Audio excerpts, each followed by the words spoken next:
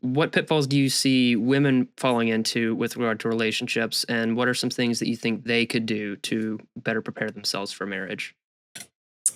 There are a lot of the same ones, right? We passively waiting for someone to just become Prince Charming and sweep you off your feet. Doesn't happen like that anymore, unfortunately. And I can kind of explain more.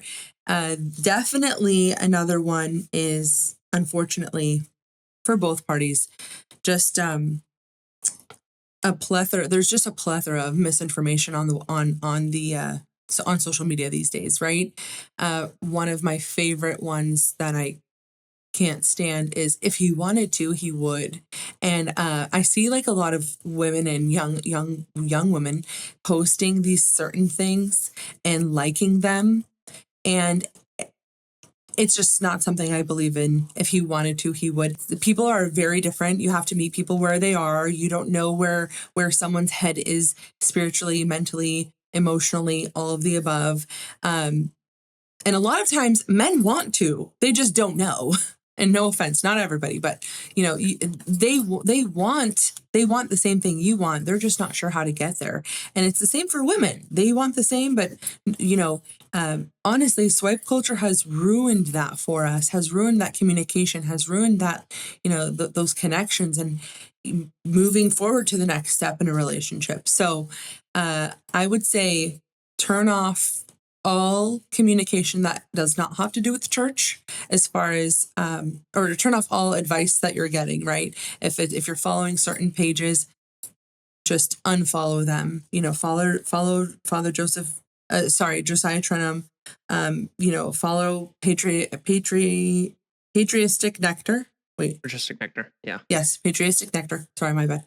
And then follow the people who align with your values and goals, and rather than the secular information and advice that has nothing to do with your goals, right? I agree. Yeah, a lot of the secular culture when it comes to relationships has seeped its way into the church, and that's true of a lot of things. It's true of politics, culture, like all of that is seeping into the church, and we have to be careful to not fall prey to ideas that are not orthodox. Mm-hmm. Yes. Yeah. So another pitfall, maybe for both parties, right, is this entitledness. I have come across a lot of entitled potential clients. We don't always accept every single person for a lot of different reasons, but and again, cultivated by social media and the swipe culture, but there's just a huge air of entitlement just within the group of young adults these days. It's like, well, I deserve, and I think I deserve, and he should be, and he should know. And it's just like, you are not a 10, right? No one is a 10. I tell this to everybody. So, everyone deserves the same amount of respect. Everyone deserves the same amount of just grace and understanding, and just to kind of we really have to humble ourselves. I'll say that. So people think that they're entitled to a man that makes 6 figures and can provide a home and a 3-carat ring or whatever it may be, and it's just like, let's take a step back and realize that you can't provide that. So what makes you think someone just a few years older than you can?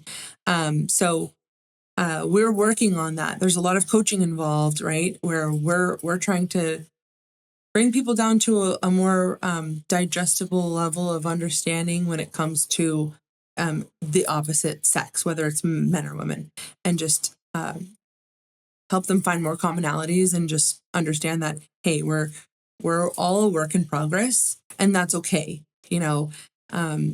So yes, the entitlement is definitely an issue, but I only see it on the coasts for the most part.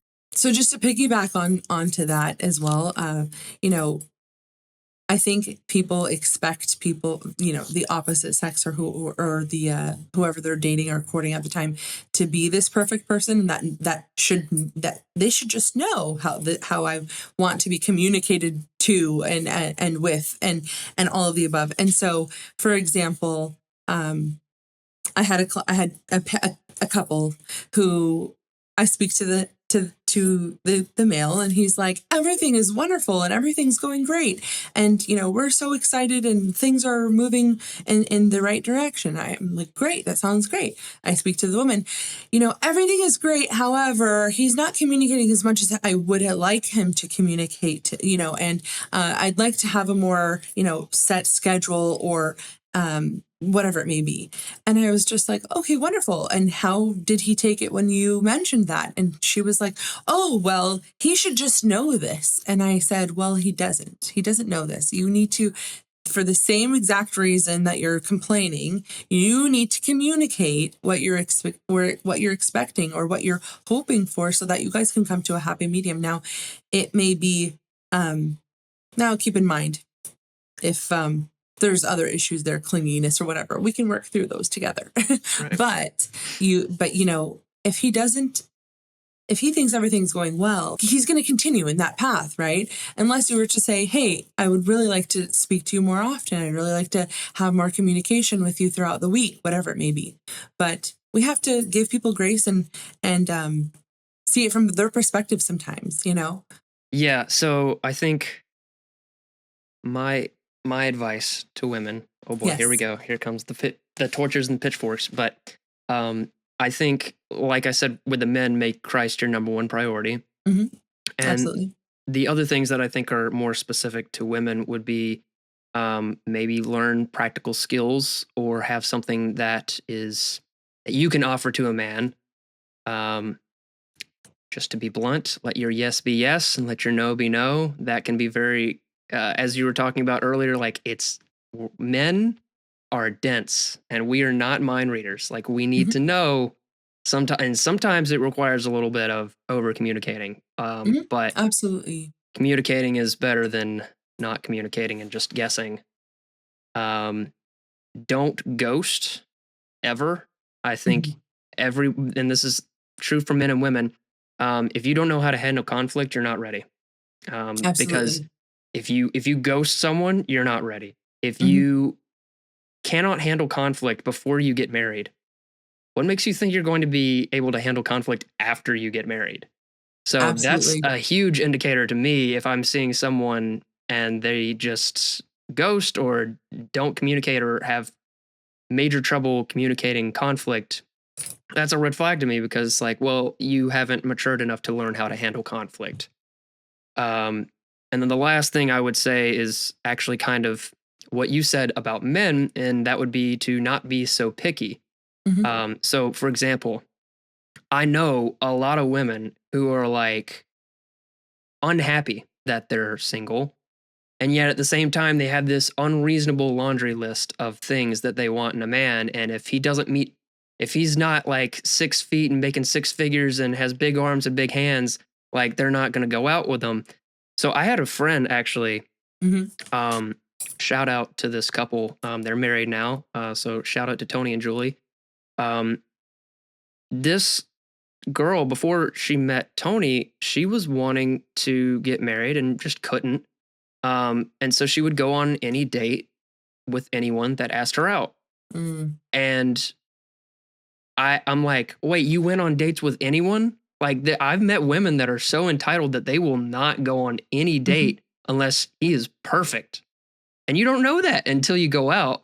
So I don't know, obviously that can be applied to men as well, but definitely have a little bit of grace and reasonable expectations and give people a chance. You never know. Yes. That's my 2 cents. I agree with you. You know, another reason why we do things blind, because I don't want anyone coming in with any, you know, ideas of yes or no when it comes to an interaction at Homemade Match. But yes, going back to what you said, I think that it's wonderful for people to be open-minded and to give people chances, as long as you're not getting to the point of becoming jaded or feeling burnt out, because it's going to just be counterproductive for yourself.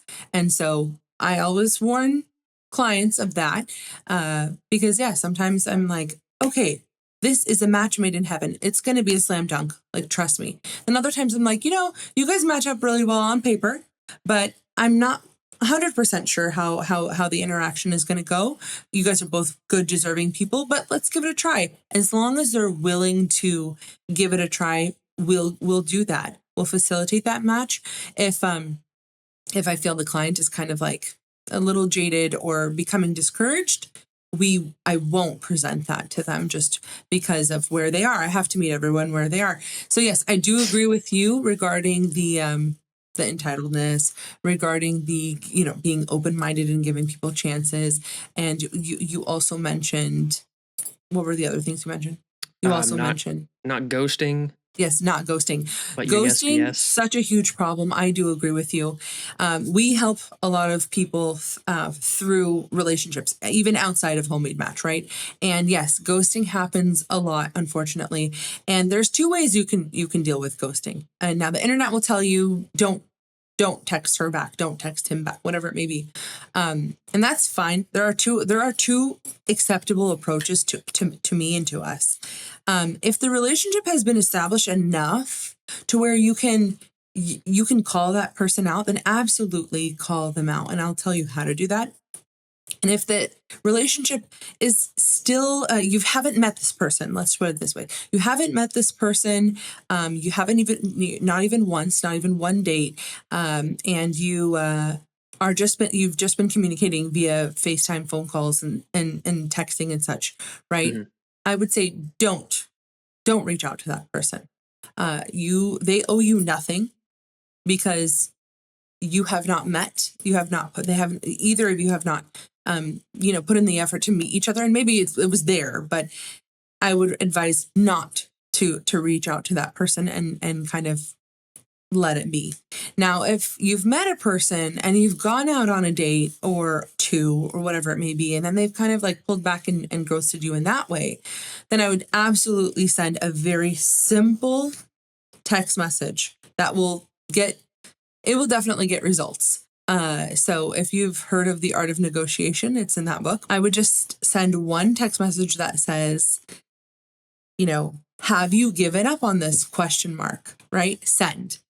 And it elicits something in them to where they want to respond and either defend themselves or fall on their sword. And if they can fall on their sword and say, you know what, I apologize, I got really bit, whatever it may be, whatever the excuse is, they're, come to me, we'll talk about it. Whatever their excuse is, give them a little bit of grace if they have potential. And I say this because we're human at the end of the day. God has literally given us thousands of endless chances. And I'm not saying do that for everyone, but if there is potential and you do see this person, being a potential good partner in the future, even a little bit of potential there, just, give them grace. Give them grace is all I'm going to say. Obviously with discretion.